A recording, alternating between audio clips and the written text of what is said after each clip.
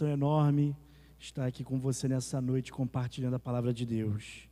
Gostaria que você abrisse sua Bíblia comigo, em Romanos, capítulo 5, a partir do verso 12, e Apocalipse, capítulo 5, a partir do verso 6. Estarei lendo essas duas passagens introdutórias. Romanos, capítulo 5, a partir do verso 12, e Apocalipse, capítulo 5, a partir do verso 6.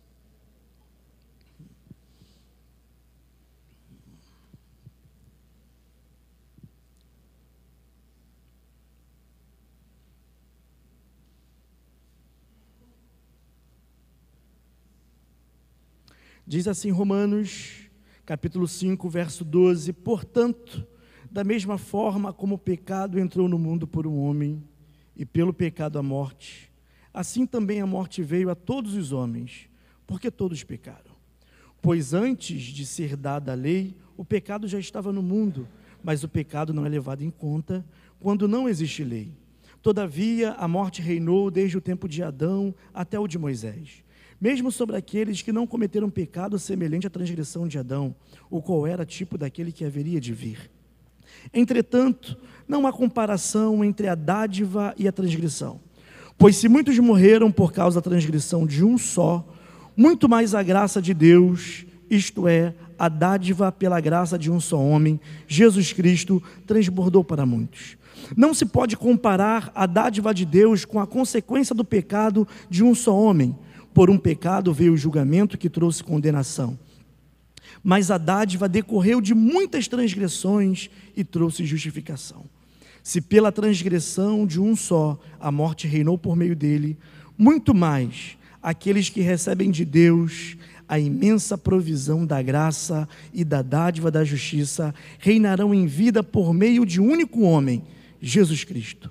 Consequentemente, assim como uma só transgressão resultou na condenação de todos os homens, assim também um só ato de justiça resultou na justificação que traz vida a todos os homens. Logo, assim como por meio da desobediência de um só homem, muitos foram feitos pecadores, assim também, por meio da obediência de um único homem, muitos serão feitos justos. Apocalipse capítulo 5, verso 6. Então vi um cordeiro que parecia ter estado morto, de pé no centro do trono, cercado pelos 4 seres viventes e pelos anciãos. Ele tinha 7 chifres e 7 olhos, que são os 7 Espíritos de Deus, enviados a toda a terra. Pai, obrigado pela sua palavra. O Senhor já tem falado ao nosso coração nessa noite. O Senhor já tem se relacionado conosco nessa noite. Nesse momento eu te peço, Pai, que o Senhor também possa nos revelar a sua palavra. Senhor, nada do que for falado aqui venha a ser baseado em sabedoria humana, porque a sabedoria humana ela não salva, a sabedoria humana não liberta, a sabedoria humana não cura. O que cura, Senhor, é o teu nome, é a tua palavra, Senhor, e a nossa fé, a nossa confiança está alicerçada nela. Te damos graças, ó Pai, por todas as coisas, em nome de Jesus. Amém. Irmãos, no primeiro texto que nós lemos, um pouco extensivo, esse texto de Romanos, nós temos aqui um contraste entre Adão e Jesus Cristo. Na teologia paulina, Adão é esse homem que introduziu o pecado no mundo. Não somente fez a introdução do pecado no mundo, como envolveu toda a humanidade em uma rede de condenação e morte. Quando olhamos para esse texto de Romanos, nós temos uma clara demonstração que todos os homens que nascem a partir de Adão, eles não podem ter uma só possibilidade de viver uma vida santa. Todos os homens que nascem a partir de Adão não têm uma única possibilidade de viver uma vida santa, visto que a sua natureza é uma natureza caída, é uma natureza pecaminosa, porque esse Adão que introduziu o pecado no mundo, ele também nos envolveu nessa rede de condenação e morte. Em meio a essa narrativa, uma pergunta que veio à minha mente foi: o que Deus deu para Adão, para que Adão conseguisse subjugar toda uma humanidade? O que foi que Deus concedeu a esse homem para que nós também estivéssemos envolvidos em meio a essa rede de condenação e morte? O salmista Davi, ele começa a nos dar um pouquinho daquilo que Deus concedeu a esse personagem chamado Adão. No Salmos capítulo 8, no verso 5, ele vem dizendo que Adão, ele foi criado um pouco menor do que os anjos. E esse personagem, ele foi coroado de glória e honra. Se já não bastasse ele ser coroado de glória, ele ser coroado de honra, Gênesis capítulo 1, verso 26, vem nos dizendo que ele foi feito à imagem e à semelhança de Deus.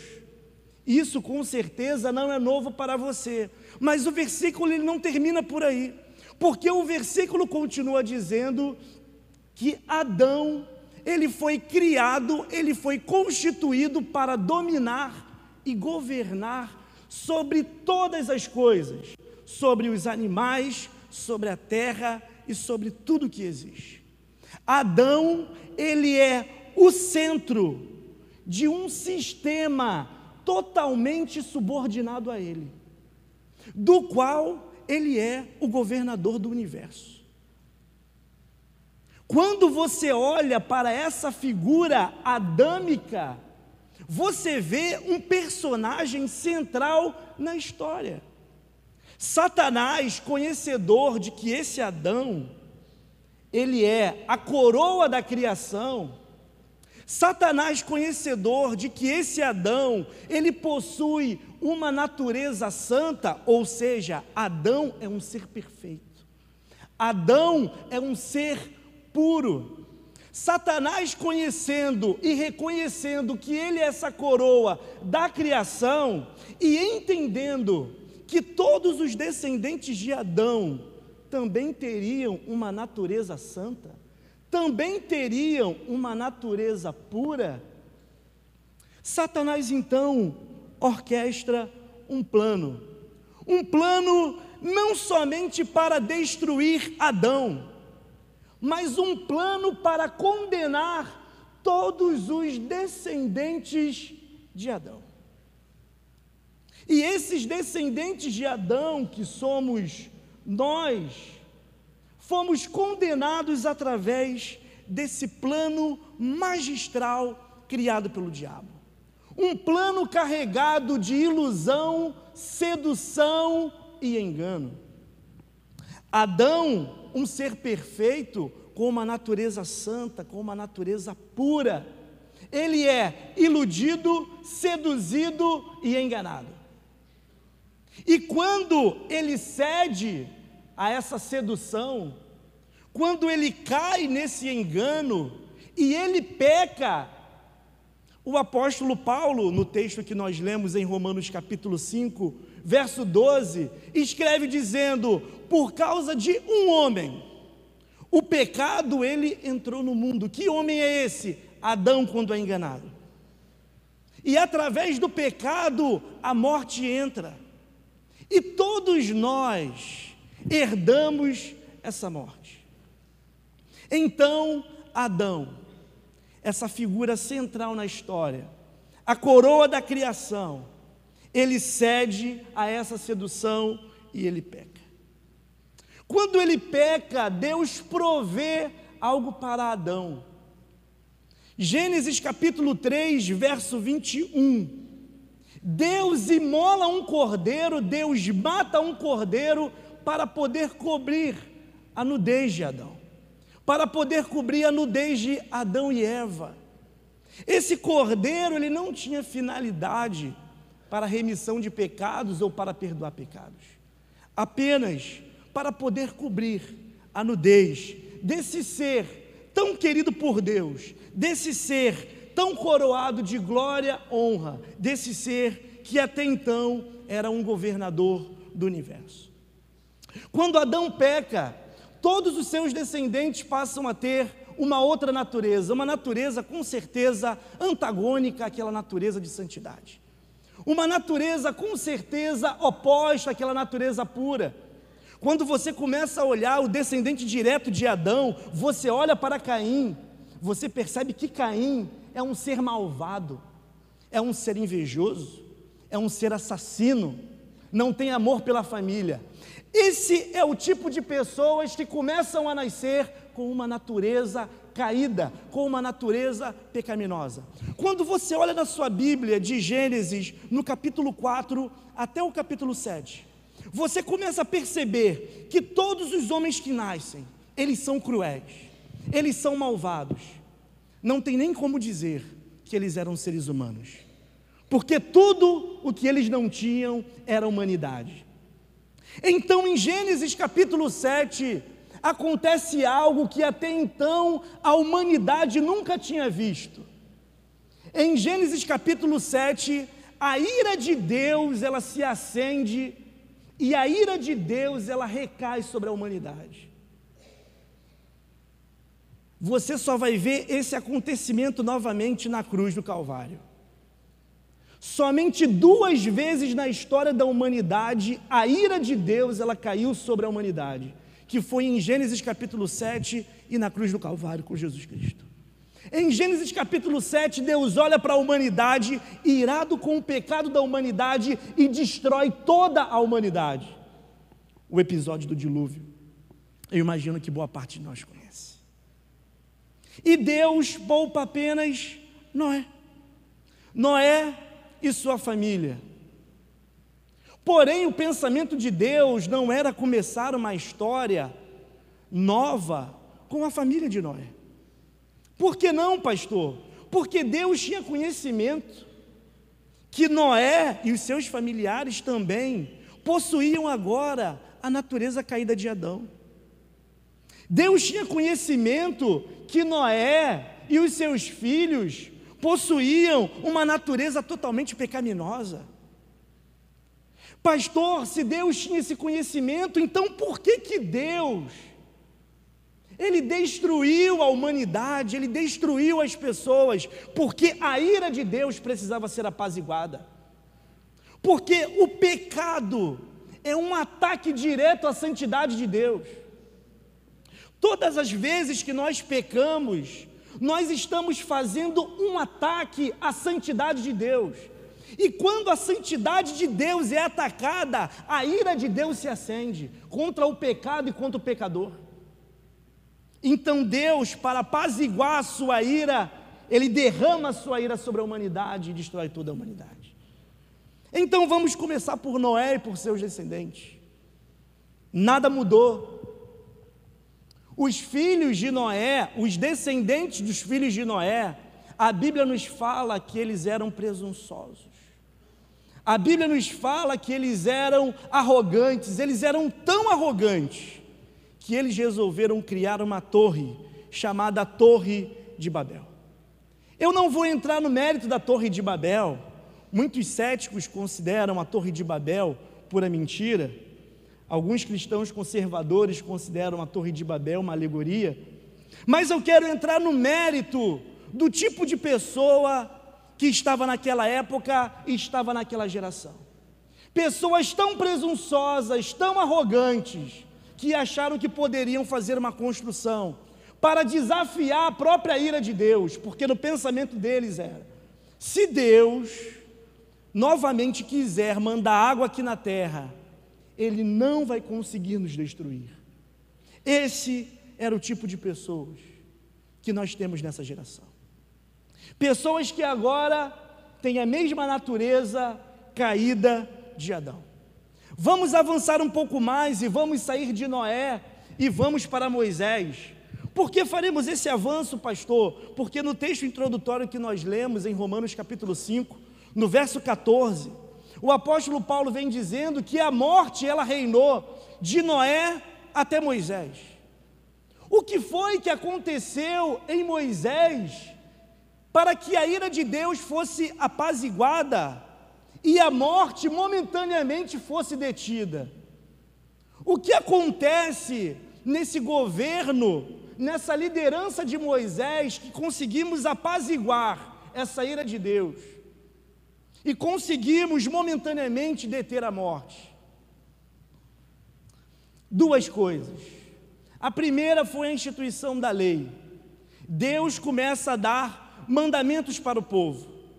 O povo não tinha lei, o povo não tinha mandamento. Você consegue ver isso claramente em Romanos capítulo 5, no texto que nós lemos, no verso 13, que o povo não tinha essa lei, o povo não tinha esse mandamento. Então Deus institui a lei. E o que apazigua a ira de Deus é o sacrifício, é a oferta. Eu falei para você que o nosso pecado é um ataque direto à santidade de Deus. Então, para que a ira de Deus fosse apaziguada, e quando Deus ele derrama a sua ira sobre a terra, lá com Noé, Deus faz uma promessa para Noé, que nunca mais ele derramaria tanta água na terra para destruir os seres humanos. Então agora nós temos o homem, que continua como um ser pecador. Ele continua um ser pecador, porque ele continua com a sua natureza caída, e ele continua com a sua natureza pecaminosa. Então Deus, ele consegue bolar um plano, para que quando ele olhasse para o homem, quando o homem pecasse, para que Deus não matasse o homem, Deus falou assim: eu tenho que descarregar essa ira em uma outra coisa. E Deus institui os sacrifícios, e Deus fala para o povo: todas as vezes que vocês pecarem, vocês vão pegar um animal, vocês vão sacrificar o animal. Aí em Levítico capítulo 4, vem nos dizendo quais são os animais, para que tipo de pecado isso deveria ser feito. Quando um sacerdote pecasse, deveria se pegar o cordeiro, colocar as mãos sobre a cabeça do cordeiro. Por que a mão sobre a cabeça do cordeiro, pastor? É como se você estivesse transferindo o seu pecado. Você colocaria a mão sobre a cabeça do cordeiro, confessaria os seus pecados e depois o cordeiro seria morto. A ira de Deus, ela foi apaziguada porque teve derramamento de sangue, porque o homem deveria morrer. Para que o homem não morresse, um cordeiro foi sacrificado. Porém, todos nós sabemos que todos esses rituais, que todos esses sacrifícios, eles foram ineficazes, eles foram inoperantes, porque o homem não poderia viver uma vida eterna nesse ciclo de peca e mata um animal, para que a ira de Deus fosse apaziguada. Então precisava acontecer duas coisas. A primeira delas, um cordeiro teria que pagar o sacrifício por todos, um sacrifício único e um sacrifício eterno. Porém, esse cordeiro não poderia ser um animal. Esse cordeiro tinha que ser alguém à semelhança de Adão. Por que na semelhança de Adão? Porque Adão, ele é o precursor da santidade. Adão foi essa pessoa que recebeu essa natureza santa, essa natureza pura, e Adão deveria transmitir isso para os seus descendentes. Os descendentes de Adão deveriam nascer puros, santos também. Então nós teríamos que ter alguém na semelhança de Adão, que vencesse o pecado e que se oferecesse como sacrifício eterno. Pois bem, vamos sair de Moisés e vamos chegar em Jesus Cristo. Melhor dizendo, vamos chegar em Maria, porque ela foi visitada pelo Espírito Santo e o poder do Altíssimo a envolveu, e ela deu à luz a Jesus Cristo. Aí João, no capítulo 1, no verso 14, vem dizendo que esse verbo, que era o Deus encarnado, ele virou gente, ele habita no nosso meio. E esse Jesus Cristo que habitou no nosso meio, ele também foi coroado de honra e glória, à semelhança de Adão. Hebreus capítulo 1, verso 3. Que o Filho foi coroado de honra e glória, e é a expressão exata de Deus. Temos um ser que é humano, assim como Adão, que é perfeito, assim como Adão, que tem um espírito puro, assim como Adão. Aí o apóstolo Paulo vem nos dizendo que esse Jesus Cristo, na verdade, ele é o segundo Adão. Para fundamentar o meu argumento, vou citar para você 1 Coríntios capítulo 15, do verso 45 até o verso 47. O primeiro Adão, ele era alma vivente. O segundo Adão, ou o último Adão, é espírito vivificante. O primeiro Adão, ele era terreno, e o segundo, ou o último, ele era celestial. O apóstolo Paulo olha para Jesus Cristo e diz: essa figura é o segundo Adão. Então João Batista, em Mateus capítulo 3, está batizando no Rio Jordão. E quando ele olha para Jesus Cristo, ele não vê o Adão, mas ele vê o Cordeiro. Então ele olha para Jesus e diz: este é o Cordeiro de Deus. Esse é o Cordeiro de Deus que tira o pecado do mundo. Esse episódio acontece em Mateus capítulo 3. Quando você vai para Mateus capítulo 4, o Espírito Santo conduz Jesus Cristo ao deserto para ser tentado. Jesus Cristo precisava passar pelo deserto para ser tentado. Essa tentação de Jesus Cristo aqui, ela precisava acontecer. Sabe por que essa tentação de Jesus precisava acontecer? Porque o primeiro Adão, ele foi tentado no jardim. Agora nós temos o segundo Adão. Eu não sei se o diabo pensou nisso. Eu também não vou ficar pensando naquilo que o diabo pensou, né? Mas eu imagino que tenha passado pela cabeça dele o seguinte pensamento: eu consegui vencer o primeiro. Eu consegui iludir, seduzir e enganar o primeiro Adão. Se eu conseguir fazer isso com o primeiro Adão, com o segundo, eu também vou conseguir fazer. Então o Espírito Santo, ele conduz Jesus Cristo ao deserto com uma finalidade. O texto é bem claro, Mateus capítulo 4, para ser tentado. Sendo que quando Jesus Cristo está sendo tentado, o diabo percebe que esse segundo Adão não era igual ao primeiro Adão. Porque o primeiro Adão, ele foi derrotado. Mas o segundo Adão, ele vence a tentação. O primeiro Adão, ele fracassa. Mas o segundo Adão triunfa. O primeiro Adão, ele nos condenou a uma natureza pecaminosa, mas o segundo Adão, ele nos deu vida eterna e vida em abundância.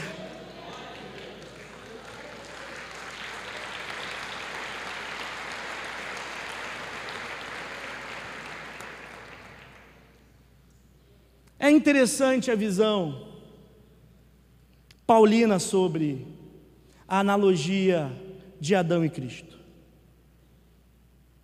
Porque quando o apóstolo Paulo, ele olha para o primeiro Adão e ele olha para o segundo Adão, quando ele escreve sua carta para os Coríntios, no capítulo 15, no verso 22, ele vem dizendo assim: por causa do primeiro Adão, todo mundo morreu. Aí ele diz assim: todavia, no segundo Adão, todos vão ganhar vida. Aí no verso 49, ele vem dizendo assim: vocês obtiveram a imagem do primeiro Adão, a imagem terrena, imagem pecaminosa, imagem distorcida. Mas vocês vão obter agora a imagem celestial, aquela imagem eterna, aquela imagem restaurada, aquela imagem santa. É interessante a visão que o apóstolo Paulo, ele tem. entre o primeiro Adão e entre o segundo Adão. Poderíamos olhar para essa narrativa e falar: uau, maravilhosa essa narrativa, porque o segundo Adão conseguiu fazer aquilo que o primeiro não conseguiu, porque o segundo Adão conseguiu vencer aonde o primeiro não conseguiu vencer. Porém, a história, ela não termina aqui. A narrativa, ela não termina com a vitória do segundo Adão sobre o pecado. A narrativa, ela não vai terminar com a vitória do segundo Adão sobre a tentação. Porque você não pode esquecer que todos nós estamos pecando, que a humanidade está pecando, e que os homens ainda estão fazendo sacrifícios, que os homens ainda estão sacrificando seus animais, estão sacrificando seu cordeiro. E agora, Jesus Cristo, ele não entra mais no âmbito do segundo Adão, agora ele precisa entrar na esfera do Cordeiro de Deus. Ele precisa entrar agora na visão que João Batista tem dele como o Cordeiro de Deus. Então nós vamos avançar agora para Mateus capítulo 26. Porque em Mateus capítulo 26 nós temos um Cristo em forma de cordeiro. Um Cristo que está no jardim do Getsêmani. E nesse jardim do Getsêmani, ele vira para o Pai e diz: Pai, se possível for, passa de mim esse cálice. Vários teólogos têm uma ótica diferente sobre esse pedido de Jesus, ou melhor dizendo, sobre o cálice que Jesus está pedindo para passar. Alguns dizem que esse cálice é o cálice da dor. Jesus Cristo está olhando para esse cálice e está dizendo: Pai, passa de mim esse cálice. Como se esse cálice fosse dor, sofrimento e angústia. Mas existe uma corrente teológica que eu considero a mais viável, é a que diz que Jesus Cristo está olhando para o cálice como o cálice da ira de Deus. Jesus Cristo, quando pede para o Pai passar dele o cálice, é porque não é que ele esteja com medo de sofrimentos, não é porque que ele esteja com medo de dor, mas é porque ele está olhando dentro do cálice a ira de Deus. Ele está vendo toda a ira de Deus sendo despejada naquele cálice, aquela mesma ira de Deus manifestada em Gênesis capítulo 7, que destruiu toda a humanidade. E Jesus Cristo, quando olha para essa ira de Deus, para esse furor de Deus, a Bíblia fala que ele começa a suar gotas de sangue. Ele está angustiado, ele está amargurado, porque ele sabe o peso da ira. Ele sabe o que é o pecado atacar a santidade de Deus e ver um Deus irado querendo destruir a humanidade por causa do pecado. Jesus Cristo olha para o cálice, contempla todo o furor do Pai, e ele fala para o Pai: se possível for, passa de mim essa ira. E Jesus Cristo, ele vai para a cruz do Calvário. E na cruz do Calvário, ele sente todo o peso da ira de Deus. Ele sente a ira de Deus o esmagando. E quando ele se sente esmagado pela ira de Deus, ele grita: Eli, Eli, lama sabachthani.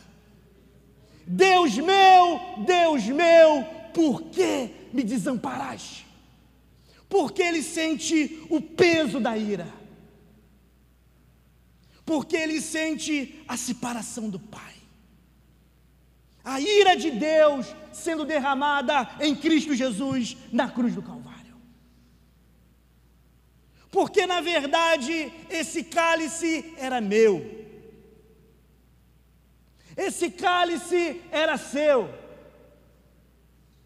Fomos nós que enchemos esse cálice da ira de Deus com os nossos pecados. E Jesus Cristo simplesmente segurou toda essa ira sozinho. Mas a história também ela não termina aqui. Porque nós, de alguma forma, recebemos a Jesus, ou alguns de nós aceitaram a Jesus, ou receberam a Jesus Cristo. E muitos de nós, como seres humanos, somos pessoas falhas. Continuamos a falhar, continuamos a pecar, continuamos a errar. Alguns se aventuram a viver na prática do pecado. Mas a pergunta é: por que quando nós pecamos, por que quando nós erramos, Deus ele não nos esmaga? Porque quando nós pecamos, nós ferimos a santidade de Deus, e Deus não vem e esmaga a gente. Eu imagino que Ele já levantou a mão, eu imagino que Ele já levantou a mão inúmeras vezes para nos esmagar. Mas por que que Ele não faz? Porque quando Ele olha para mim, quando Ele olha para você, Ele vê o sangue de Cristo Jesus. Ele vê o sangue inocente derramado sobre a minha vida e sobre a sua vida. Então, quando Deus olha para nós, o sangue de Cristo, o sangue do Cordeiro puro, o sangue do Cordeiro imaculado, apazigua a ira de Deus. Por causa do sangue que está sobre as nossas vidas, por causa do sangue que está sobre os nossos corações. Então Deus, Ele não nos esmaga, porque quando Ele olha para nós, Ele vê Jesus. Deus, Ele não nos destrói, porque quando Ele olha para nós, Ele vê a cruz. Quando Ele olha para nós, Ele vê o sangue carmesim derramado na cruz do Calvário. É por isso que Ele não nos esmaga.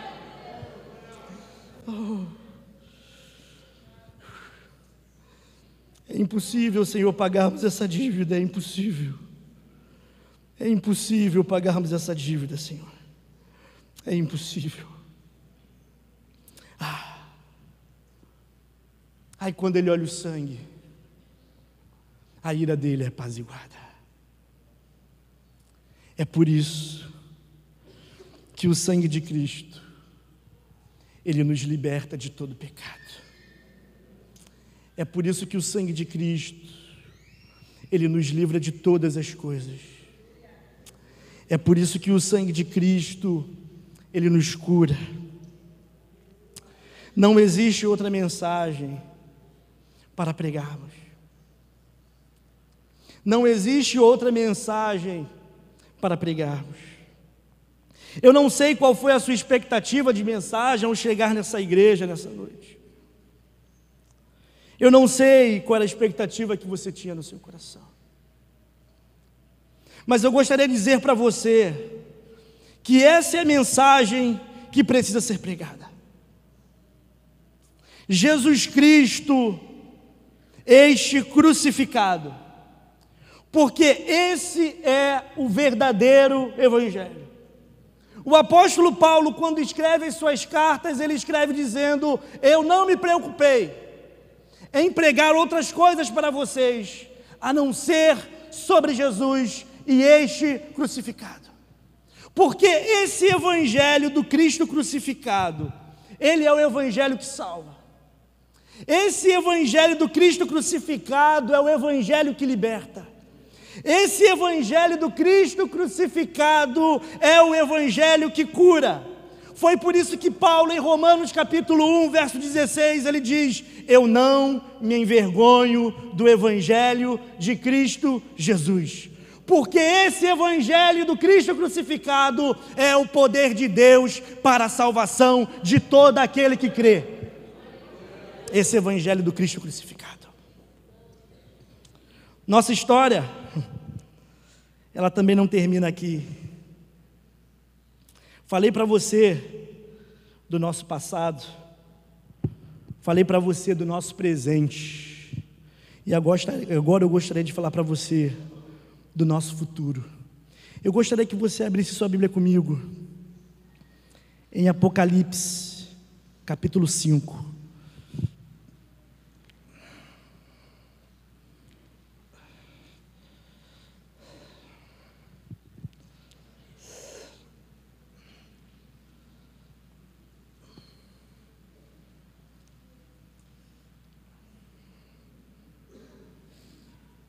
Verso 1.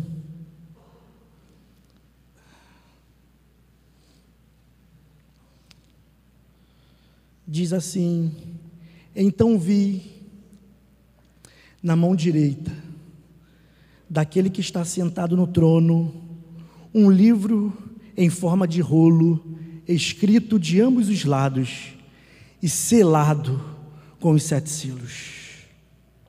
Vi um anjo poderoso proclamando em alta voz: quem é digno de romper os selos e de abrir o livro? Mas não havia ninguém, nem no céu, nem na terra, nem debaixo da terra, que podia abrir o livro, ou sequer olhar para ele. Eu chorava muito, porque não se encontrou ninguém que fosse digno de abrir o livro e de olhar para ele. Então um dos anciãos me disse: não chore, eis que o leão da tribo de Judá, a raiz de Davi, venceu para abrir o livro e os seus 7 selos. Então vi um cordeiro que parecia ter estado morto, de pé, no centro do trono, cercado pelos 4 seres viventes e pelos anciãos. Ele tinha 7 chifres e 7 olhos, que são os 7 Espíritos de Deus, enviados a toda a terra. Ele se aproximou e recebeu o livro da mão direita daquele que está sentado no trono. Ao recebê-lo, os 4 seres viventes e os 24 anciãos prostraram-se diante do cordeiro. Cada um deles tinha uma harpa e taças de ouro cheias de incenso, que são as orações dos santos. E eles cantavam um cântico novo: tu és digno de receber o livro e de abrir os seus selos, pois foste morto e com teu sangue compraste para Deus homens de toda a tribo, língua, povo e nação. Tu os constituístes reino e sacerdotes para o nosso Deus, e eles reinarão sobre a terra. Então olhei e ouvi a voz de muitos anjos, milhares de milhares e milhões de milhões. Eles rodeavam o trono, bem como os seres viventes e os anciãos, e cantavam em alta voz: digno é o Cordeiro que foi morto de receber poder, riqueza, sabedoria, força, honra, glória e louvor. Aplauda ao Senhor, o Cordeiro que venceu, o Cordeiro que venceu. Oh!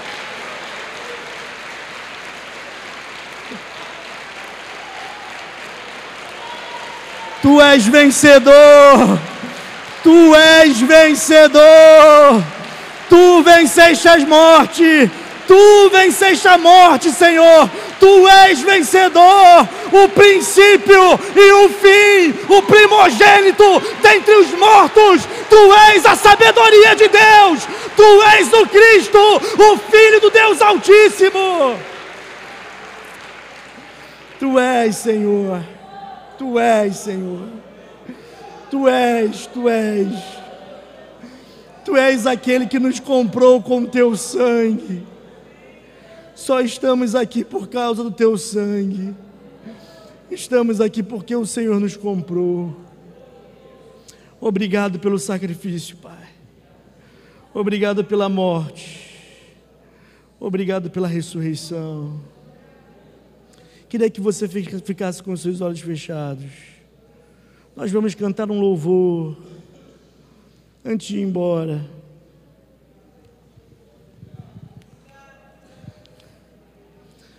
Mas essa mensagem sobre o sacrifício, sobre o cordeiro que esteve morto, eu não posso ir embora, eu não posso terminá-la sem fazer um apelo para você. Você que talvez queira se reconciliar com Deus, você que talvez esteja longe de Deus, você que talvez esteja nessa noite com um vazio no seu coração, eu quero dizer que Jesus, Ele morreu por você. Foi por você. E se você tivesse sido a única pessoa na face da terra, Ele também teria morrido por você. Você não precisa vir aqui na frente, não. Aí mesmo no seu lugar onde você está. Sentado mesmo, não precisa ficar de pé também, não. Só queria que você levantasse sua mão. Aí sentado mesmo. Porque eu sei que o Espírito Santo vai ao seu encontro nessa noite. Aleluia. Aleluia. Meu irmão, se você pudesse contemplar a quantidade de pessoas que estão se reconciliando. Se você pudesse contemplar a quantidade de pessoas que estão se reconciliando. Senhor Deus, em nome de Jesus, visita essas pessoas, Pai. Essas pessoas que nessa noite estão se reconciliando contigo. Estão no seu coração falando: Cristo domine, Cristo reine no meu coração. Reconhecemos nessa noite, Senhor, o Teu sacrifício. Reconhecemos nessa noite a Tua morte. E nos regozijamos na Tua ressurreição, ó Deus. Obrigado, Pai, porque nesse momento o céu ele faz festa, porque um pecador se arrepende.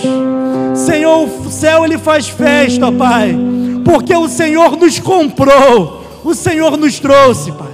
E em breve a sua noiva ataviada, a sua noiva adornada, estará com os milhões e milhões de anjos cantando: Santo, Santo é o Senhor, Santo, Santo é o Cordeiro. Deus, obrigado. Obrigado pela sua palavra ministrada nessa noite. Obrigado pela sua presença nesse lugar. Te damos graça, Senhor, por tudo. Em nome de Jesus. Vamos ficar de pé e cantar esse louvor antes de irmos embora?